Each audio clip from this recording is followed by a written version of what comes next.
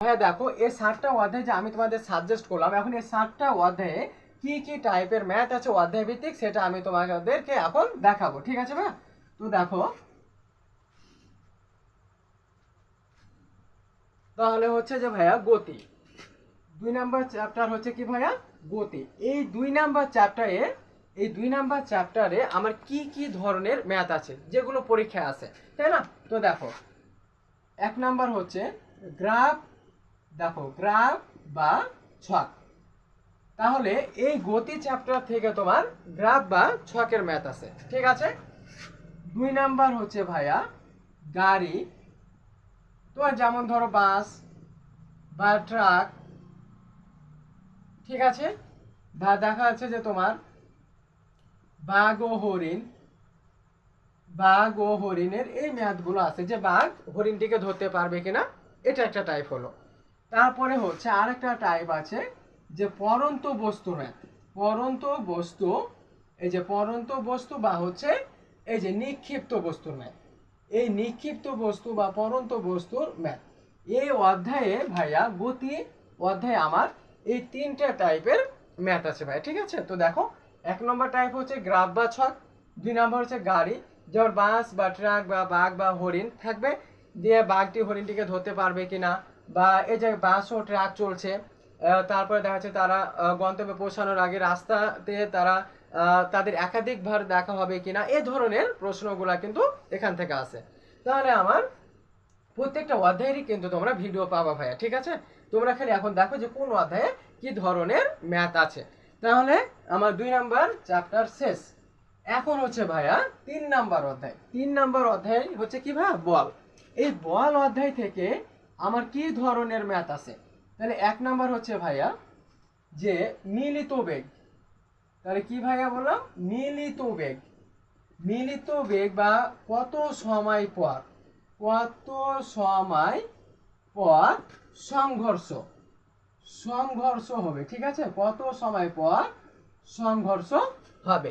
দেখো, এখানে একটা বস্তু আছে, এম ভরের একটা বস্তু, ইউ1 আদি বেগে চলছে।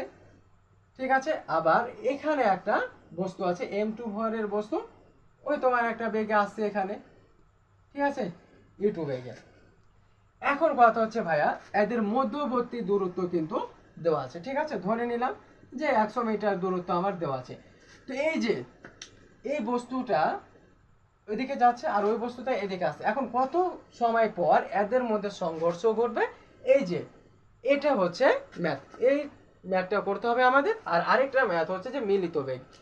ঠিক আছে ভাইয়া? যে দুইটা বস্তু এক, তোমার দুইটা বস্তু একই দিক থেকে চলছে, বা দুইটা বস্তুর মধ্যে সংঘর্ষ আছে, সংঘর্ষের পরে দুইটা বস্তু একই সাথে চলছে, তো ওই যে ওই একই সাথে চলার যে বেগটা, সেই বেগটা আমাদের নির্ণয় করতে হবে।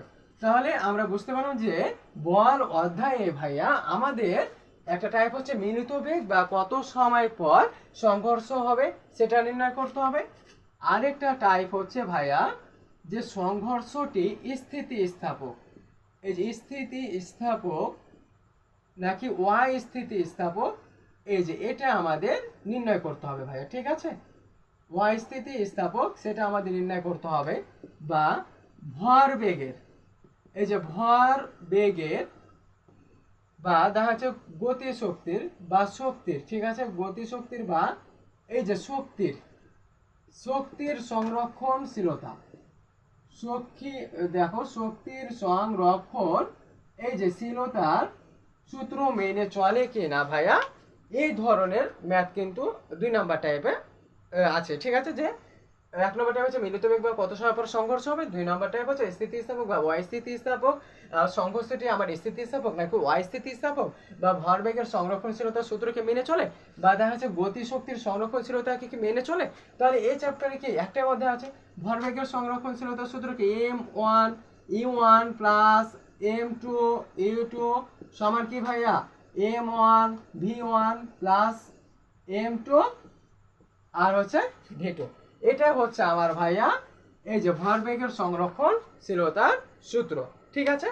আর শক্তির সংরক্ষণশীলতার সূত্র হচ্ছে ভাইয়া যেটা হাফ এই যে m1 u1 এর উপর স্কয়ার প্লাস এই যে হাফ m2 এই যে ইউ2 এর উপর স্কোয়ার, সেম এদিকেও যে হাফ এই যে m1 v1 এর উপর স্কোয়ার প্লাস হচ্ছে যে হাফ এই যে m2 v2 এর উপর স্কোয়ার।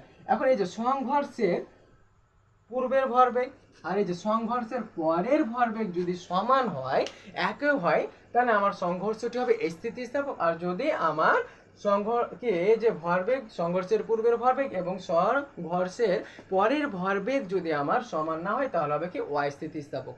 সেম ভরবেগের সংরক্ষণশীলতা সূত্রকে মেনে চলে। সেম যদি সমান হয় পূর্বের আর পরে, তাহলে শক্তির সংরক্ষণশীলতার সূত্র মেনে চলে। এটা হচ্ছে 2 নাম্বার টাইপ, ঠিক আছে ভাইয়া। এখন 3 নাম্বার টাইপ, এখান থেকে কিন্তু ভাইয়া অনেক ছাত্রছাত্রী একটা প্রশ্ন থেকেই যায় ভাইয়া, যে কপি কল, এই যে কপি কলের ম্যাথ কিন্তু আমি পারি না। এরকম অনেকেই বলে যে ভাইয়া কপি কল আছে, কপি কলের ম্যাথ তো আমি পারি না। তোমাদের কোনো সমস্যা নাই ভাইয়া, প্রত্যেকটা অধ্যায়ের আমি কি করবো ভাই, টাইপ ভিত্তিক ক্লাস তোমাদের আমি দিব, তারপরে দেখবা যে তোমাদের সব কিছু ইজি হয়ে গেছে, ঠিক আছে। তাহলে আমরা গতি অধ্যায়ে দেখলাম 3টা টাইপের ম্যাথ, সেম বল অধ্যায়ে আমাদের 3টা টাইপের ম্যাথ, এগুলো খুবই সহজ ভাইয়া, ঠিক আছে। তারপরে চলে আসো কাজ, ক্ষমতা ও শক্তি। তাহলে কাজ ক্ষমতা, ঠিক আছে, কাজ ক্ষমতা ও শক্তি, এই অধ্যায়টাতে আমার কি ধরনের ম্যাথ আছে, তাই না? তো দেখো এখান থেকে ভাইয়া জাস্ট আছে এই যে বিভব শক্তি, এই যে বিভব শক্তির ম্যাথ, ইপি সমান হচ্ছে mgh, আর হচ্ছে যে গতি শক্তি, এই যে গতি শক্তি ই কে সমান হচ্ছে হাফ mv স্কোয়ার, ঠিক আছে। ধরো এই যে 5 কেজি ভরের একটা বস্তু, ঠিক আছে, এই যে উপর থেকে কি হচ্ছে ভাইয়া, ভূমিতে পড়ছে। তো ধরে নিলাম এখানে এ বিন্দু আছে, টোটাল এই যে টোটাল এর উচ্চতা হচ্ছে কত, ধরে নিলাম যে 120 মিটার। তো এ আর বি এখান থেকে ধরলাম আমার 20 মিটার, বি থেকে সি, এখানে আছে সি, তারপরে আছে ডি, ঠিক আছে ভাইয়া। তো দেখো আমার এটুকু হচ্ছে 40 মিটার, তাহলে আমার টোটাল হচ্ছে কত, 120 মিটার। এ থেকে বি এটুকু হচ্ছে তোমার 20 মিটার, এটুকু হচ্ছে 40 মিটার, তাহলে 60 হলো, তাহলে বিসি কত হবে, এই এই যে 60 মিটার। এখন কথা হচ্ছে ভাইয়া, যে এখন তোমার এ বিন্দুতে, বি বিন্দুতে বা সি বিন্দুতে বা ডি বিন্দুতে ভূমি স্পর্শ করার আগে যান্ত্রিক শক্তি বা দেখা যাচ্ছে শক্তির নিত্যতা সূত্র মেনে চলে কিনা। শক্তির নিত্যতা সূত্র মানে হচ্ছে ভাইয়া যে আমার কি ইপি যোগ ইকে সমান এই প্রত্যেকটা বিন্দুর আমার দেখা যাচ্ছে যদি ইপি প্লাস ইকে একই হয়, তাহলে হচ্ছে কি আমার শক্তির নিত্যতা সূত্র মেনে চলে। এটাই ম্যাথ হচ্ছে আমার কাজ ক্ষমতা ও শক্তি চ্যাপ্টারে আছে, ঠিক আছে ভাই, যা তোমাদের খুব সহজ করে আমি শেখাবো। এখন চলে আসো পদার্থের অবস্থা ও চাপ। তাহলে চলে আসো যে পদার্থের অবস্থা ও চাপ 5 নম্বর অধ্যায়ে আমাদের কি ধরনের ম্যাথ আছে। 5 নম্বর অধ্যায়, ঠিক আছে, পদার্থের অবস্থা। তাহলে পদার্থের অবস্থা ও চাপ, এই অধ্যায়টাতে আমাদের কি ধরনের ম্যাথ আছে, তাই না? তো এখানে আমাদের ম্যাথ আছে ভাইয়া যে চাপ নির্ণয় করতে হবে, চাপ নির্ণয়। তারপরে আরেকটা টাইপ হচ্ছে অপসারিত তরলের ওজন, এই যে অপসারিত তরলের ওজন বাধা আছে তরলের হারানো ওজন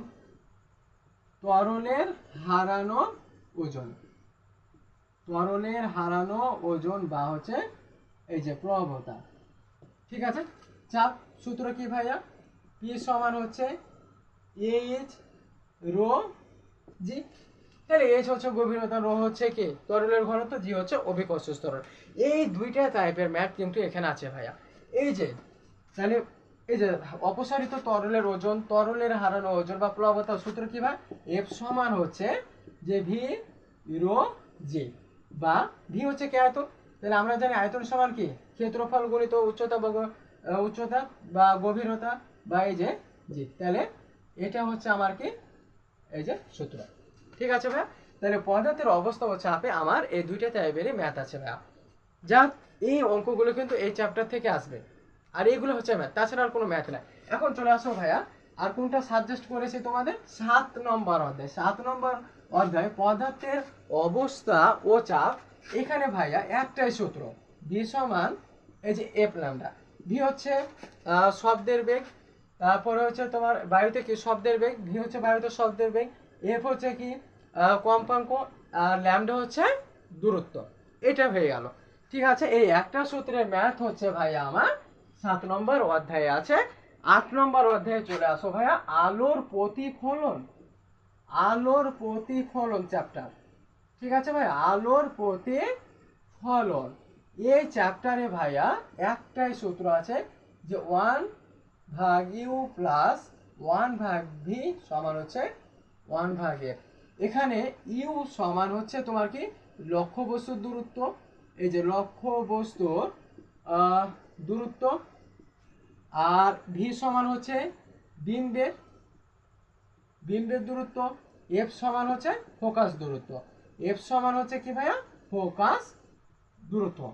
ঠিক আছে, ধরো এই যে এটা হচ্ছে আমার কি একটা অবতল দর্পণ। ঠিক আছে, এই যে এটা হচ্ছে আমার একটা অবতল দর্পণ। এখন এটা হচ্ছে কি দর্পণের মেরু। তাহলে এই যে মেরু, আর এখানে আছে আমার কি বক্রতার কেন্দ্র। ঠিক আছে, বা বক্রতার ব্যাসার্ধ। এখন দেখো যে আমার এই যে দর্পণের মেরু হতে কেন্দ্রের দূরত্ব হচ্ছে, আমি ধরে নিলাম এই যে 10 সেন্টিমিটার। তাহলে ভাই আমি তো জানি এই যে মেরু আর এই যে কেন্দ্র, মেরু আর কেন্দ্রের মাঝে মধ্যবিন্দু হচ্ছে কি ভাইয়া? ফোকাস। ফোকাস দূরত্ব, তাই না? তাহলে এই যে আমার ফোকাস দূরত্ব সমান হচ্ছে কি এই যে বক্রতার ব্যাসার্ধ, এই যে আর আর ভাগ হচ্ছে 2। তাহলে এই যে তোমার 10 ভাগ হচ্ছে 2 সমান কত পেয়ে গেলাম? 5 সেন্টিমিটার। ঠিক আছে, এভাবে আমাদের লক্ষ্যবস্তু, এটা আমাদের গ নম্বরে আসতে পারে যে আমার লক্ষ্যবস্তুর দূরত্ব দেওয়া আছে, আমাকে বিম্বের দূরত্ব বের করতে হবে, আর ফোকাস দূরত্ব আমি কি এভাবে বের করে নিতে পারবো। এটা হচ্ছে গ, একটা টাইপের ম্যাথ চলে গেল। এখন হচ্ছে ভাইয়া ঘ নাম্বার। ঘ নাম্বারে একটা ম্যাথ আছে ভাইয়া, যে লক্ষ্যবস্তুর অবস্থান কোথায় হলে, লক্ষ্যবস্তুর অবস্থান কোথায় হলে বিম্বের অবস্থান। ঠিক আছে, এই যে এটা ভালো করে তোমরা ব্রেনে কিন্তু নিয়ে নাও ভাইয়া। ঠিক আছে, সেভ করে নাও যে লক্ষ্যবস্তুর অবস্থান, লক্ষ্যবস্তুর অবস্থান কোথায় হলে, ঠিক আছে, কোথায় হলে আমার কি হতে পারে? এই যে 1 নম্বর হচ্ছে কি বিম্বের অবস্থান।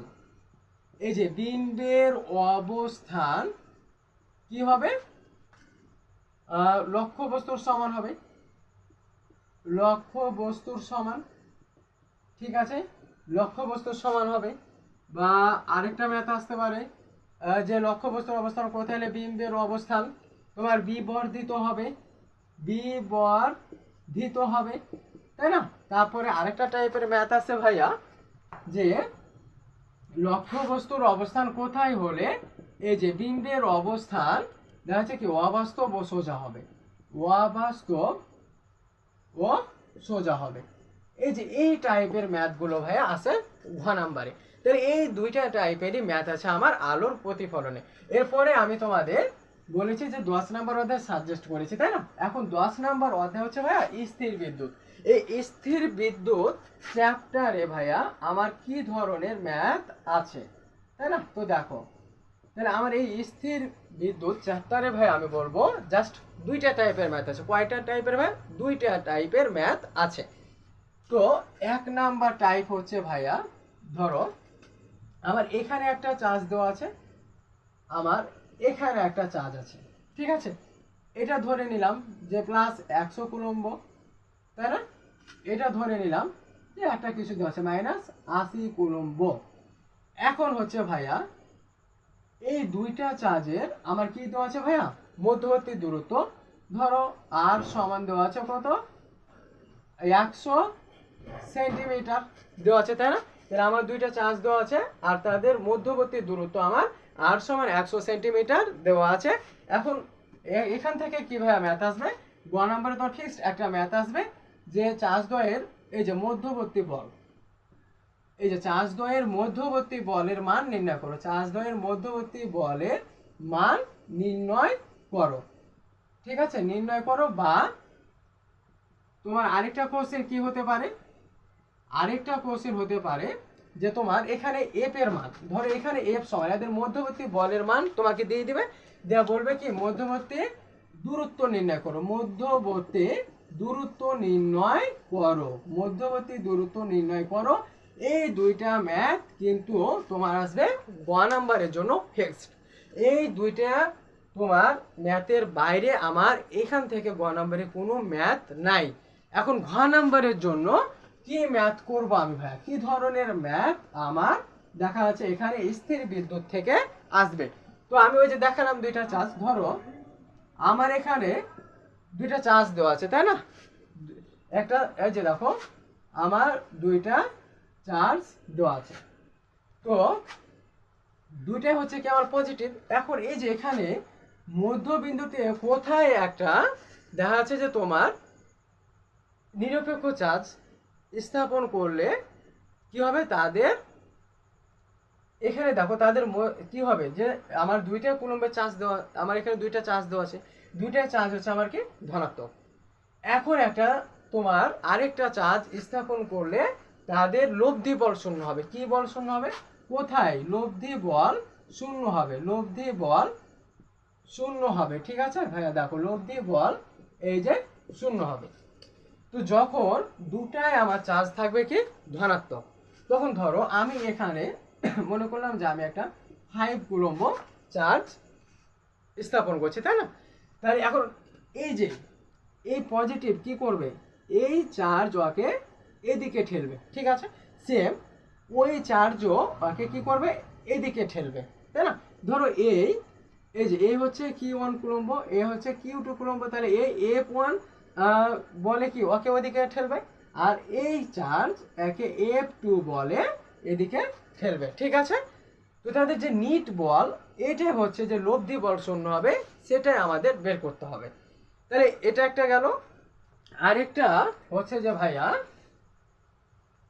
দেখো যে সেম আমার এবার দেওয়া আছে ভাইয়া, ধরো একটা +80 কুলম্ব চার্জ দেওয়া আছে, এবার আমার চার্জ দেওয়া আছে ভাইয়া দেখো যেখানে আছে আমার -50 কুলম্ব।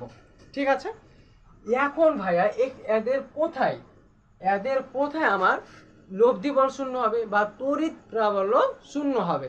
ঠিক আছে, তো হয় এদিকে কোথাও হবে, না হয় এদিকে কোথাও হবে তাই না।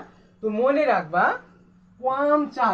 কম চার্জের দিকে, কম চার্জের দিকে আমার তড়িৎ প্রাবল্য শূন্য হবে, লব্ধি বল শূন্য হয়। ঠিক আছে, ধরে নিলাম যে এই Q2 চার্জ হতে x মিটার দূরে আর বিন্দু বা এস বিন্দু যে কোনো একটা বিন্দুতে, বা দেখা যাচ্ছে তোমার পি বিন্দু, যে এই যে এটা হচ্ছে কি, এটা হচ্ছে Q1 চার্জ আর এটা হচ্ছে কি Q2 চার্জ তাই না।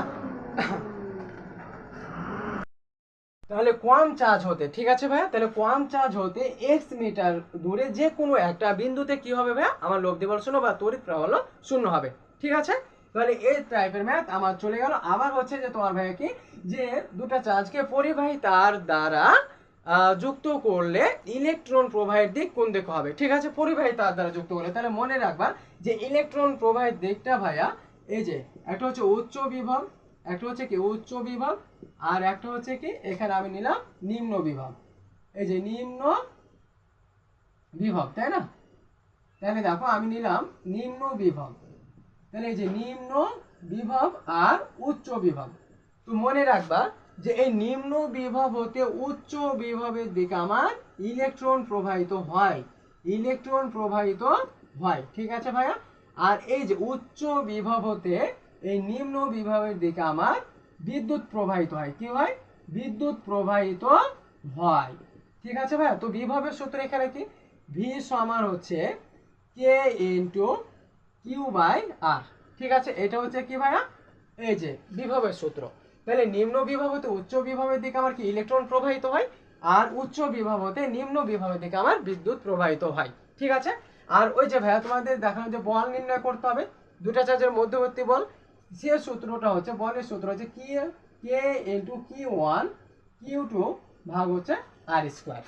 তাহলে দুইটা চার্জের মধ্যকার যে ক্রিয়াশীল সেটা আকর্ষণ বল বা বিকর্ষণ বলের মান সেটা হচ্ছে কি ভাইয়া, সূত্র হচ্ছে F সমান কে ইন্টু Q1 Q2 ডিভাইডেড আর স্কোয়ার। এটা হচ্ছে বলের সূত্র আর এটা হচ্ছে বিভবের সূত্র। তো এই ছিল আমার সাজেশন। আশা করি তোমরা আমার সাজেশন অনুযায়ী তোমরা প্র্যাকটিস শুরু করে দাও। তোমাদের এই 7টা অধ্যায়ের মধ্যে যে চ্যাপ্টারটা ভাইয়া সহজ লাগে তুমি সহজ চ্যাপ্টার দিয়ে তুমি তোমার প্রস্তুতিটা শুরু করো।